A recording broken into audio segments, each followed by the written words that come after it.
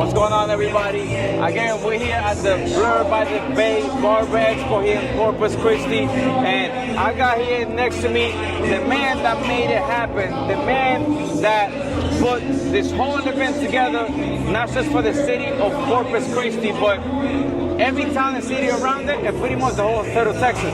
So this is my boy Rick. Rick, again, I appreciate you for not just bringing me here, but for putting this show together, you know, for barbers, for the industry. So far, I know I see you busy. I see you running around. I see you with a towel. You're sweating, boy. Tell me so far, like, how do you like it? Like, what, you know, how do you, yeah, people that don't, yeah. So I'm gonna edit that because some people don't think right. Like, people just don't see, like, you gotta be around. It makes it look like we got interactions here, because that's what people do. They walk around. Which is true, I know. But damn, can you do it later when we're done? Like, damn. So, yo, so far, I see, like I said, I see you busy and everything. What do you think about the show so far? What are you feeling right now? You know, you put this thing together. Look at all these people that you brought together. It's crazy to see all the people behind me, man. Like, just when I'm on stage and you're looking around, just to see the people. I mean, this is crazy for someone who's doing this on their second year. I take a lot of pride in it, though, man. It's not like just something that I just slapped together. Like, it's not something I do last minute. I've been promoting for 10 months, taking my homies with me. I've been reaching out to vendors like nonstop. Yeah. I mean, I just try to learn from people that are above me, and there's a lot of people like that, you know what I mean? Not saying I'm up there, I'm not saying like someone else can do it, or someone else can't do it. It's just, wherever I go, I just try to learn. Like, for example, when I go to Firestar, I feel like that's a goal for me, you know what I mean? Yeah. To pack out a show like that every year consistently, I think that's success, you know what I mean? So I give my hats off to Cherry whenever she goes to her event. I try to mimic that, and I try to do as much as I can for people to stop looking over Corpus and go straight to San Antonio, go straight to Austin, Dallas, Houston. I want them to look at Corpus as a spotlight too. And I want them to look like, hey man, I'm looking forward to Blur by the Bay next year. Yeah, I mean, you know, you're in a city where you're in the coast, you know what I'm saying? You're pretty much in the ocean, you know, and it's beautiful to come out here, you know. I think you got, it's almost like a vacation. You know, like the location you have, it's like you kind of got lucky, you know what I'm saying? Because look where we at. Who's not gonna want to come over here? Right. You see what I'm saying? Not to like throw shit at any other city, like, I don't want to go there, whatever. Like, every other city, they got their own things that are beautiful. But you get to come here to an event where you can hang out by the beach, you can, you know, enjoy good food, good tacos, like, you see what I'm saying? Yeah. And we got something that no one offers, and that's the beach. You know what I mean? Yes. We got the ocean right next to us, so after this, after the award ceremony, people stay around and get an Airbnb, and they stay with their friends, their barbershops, their barber school, and have a good time as barbers, you know what I mean? Yeah. It's all about bringing people together, and I think this is a good spot to do that. That's what I think. If let's compare this show so far to your show last year. So far, what's one thing that you felt like you learned from the first show that you did it in the second show, and now you're glad that you did it because it worked for you? I would say being more engaged with my vendors, and I think what I got most out of it isn't so much what happened at the show, but it's the work that happened before the show. So I did a Texas tour this year, and last year I did it, but I didn't do it to the full extent that I did this year. This year I hit cities like Austin, Dallas, Houston. We stopped up at Oklahoma when we were up there. We hit Corpus, of course, did the Valley, Victoria. We hit all these places. Yeah. And I took a lot more pride in that, and I went every weekend, Saturday, Sunday, Monday, and Tuesday. And we hit every town that we could. We went to barbershops, barber schools, and we really invested our time in the people who invested in us. Yeah. And I feel like that's what really got me more people, more engagement, and more of everything this year. You needed an event like this? For sure. I think every city needs something like this. You know what I mean? I'm not saying everybody doesn't have the chance to do it, but sometimes, basically for me, I got tired of waiting around for the next show. Like I said, like I was a young kid and I went to Cherry Show, and I'm like, damn, like that lit a fire in my ass. But now I gotta wait next year. You know what I mean? Yeah. To feel that feeling again. So I'm like, man, why can't I do that myself? So I mean, I feel like every city needs that. In other words. So you know, this is a show. This is you know, we're in the land of opportunities, right? This is a show that anybody could do. Anybody could do a show, right? There's a lot of people here in your city that could have done this. Why you? Why was it you? I don't know, man. I think you're right with that, though. Like, everyone can do it. You don't have to have a crazy amount of followers. You don't have to be the most influential on Instagram, Facebook, TikTok. I mean, I don't have a crazy amount of followers. I just feel like I got a lot of motivation.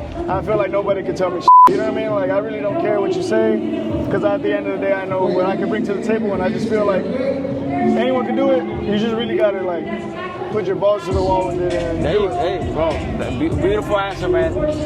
What is your goal with this show? This is already the second year running. What is your goal with the show? What you know, what's your ultimate goal with creating this? I think that's a pretty easy answer for me. Just like I said, like, I would get inspired at these shows. So for me to throw it, and now that be other people, so now I get other people inspired, and other people are looking forward to my show, looking forward to competing, networking, meeting new people, and building a brand, creating something out of themselves. I think that's what I look forward to the most, when people, when this show lights a fire in their ass and they want to do something. So I spoke to you, I believe it was yesterday or the day before yesterday, was it, right? Because you still cut hair. Right. When was the last day that you blocked off For the show? for the show? I stopped cutting on Tuesday. Cutting on Tuesday. I started getting bags ready by Wednesday. I loaded up the truck by Thursday. Came to Corpus on Friday. Did a walkthrough with the American Bank Center on Saturday. And I'm blessed enough to have my parents help me. So they drove everything. Me, my parents, my aunts, my uncles, they drove up. On Sunday, they drove up Saturday night, and then Sunday morning, which is today, they helped me unload everything. So this whole week has been action-packed. Just looking for a couple of days off afterwards. Okay, so you are taking some time off, obviously. When are you going back to cutting? Today's Sunday. When are you going back to cutting? Today's Sunday. I'll probably be back. Probably Tuesday or Wednesday.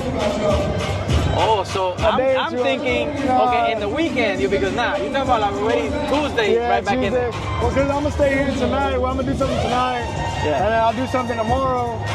And then I'll head back on Tuesday. So I think I have an appointment on Tuesday, so I can't cancel. So it's crazy how, you know, you're still keeping that essence of, you know, you're a barber.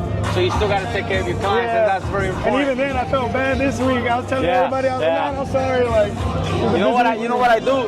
I schedule everybody like, hey, I got a show coming up. So on my Saturday, right? I'm like, hey, Friday, Thursday, let's link up. And Thursday and Friday, bro, I was fully booked. No, I was fully booked since Tuesday. Oh shit, I gotta have that problem. See, I need to have that problem. I'm not there yet. I moved back to the valley, so I'm starting all over, man. From square one. But we're looking to get to where you're at with clientele and everything. But that's why I gotta bust my ass back in the chair. You know what I mean? Yeah. No, I mean that's pretty much where the money's at. You know, one thing that I learned, and I'm gonna share it here with you since I'm talking to you, right? Is that we want to do more than just a barber behind the chair, than being just a barber behind the chair, right? We want to get sponsored by companies, educate, whatever. At the end of the day, what we don't realize is our dream of being more than a barber is us becoming an employee, you know? Because now you got to work with that. You want to work, represent a company. That means you're going to work for the company. That means that they're going to pay you, but you got to be available for them to, you know, whatever they need you, how long they need you, what they need you to do, or whatever. At the same time, that's time away that it takes you from your client, right? Eventually, if it happens a lot, you're going to end up losing clientele, right? Now, like every other company, they're going to use you when they need you, where they can use you. When they're done, they're going to give you time, they're going to compensate you for anything else. When they need you no more, they're going to tell you, hey, we don't need you no more, thank you.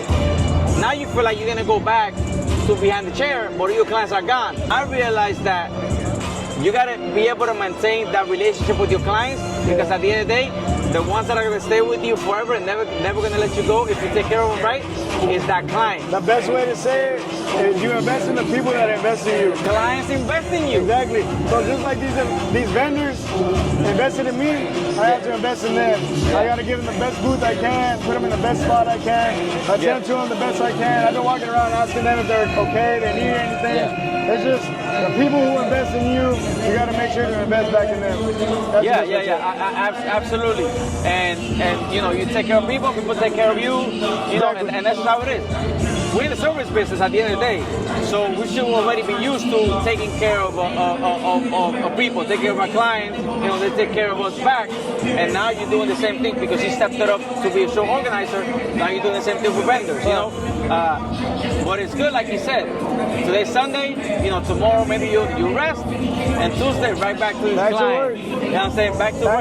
Back to the backbone of what gives us our money, which is our clients. You know what I'm saying? And I learned that the hard way, bro. I went through a lot, and I learned that the hard way. And now it's like, bro, I'm more loyal to my clients than any other business. But I mean, I'm learning this from you, so you know what I mean? So. Yeah, trust me. If I could go back in time, I would manage my career outside of barbering in a way that I'm also not neglecting my client, you know, because I went through it, and now it's like it's all about my client. Right. Not saying that I'll neglect any other business outside, but now I know how to balance it and work my way around so that I can still take care of my clients. Because when it's all said and done, when it's all said and done, and this company don't need me no more, the clients are still there. Yeah, my clients still there, and they're always gonna be there. You know what I'm saying? Yeah. Bro, you got like I said, you got a beautiful show, bro. Honestly, the show is packed. The show, the energy is good.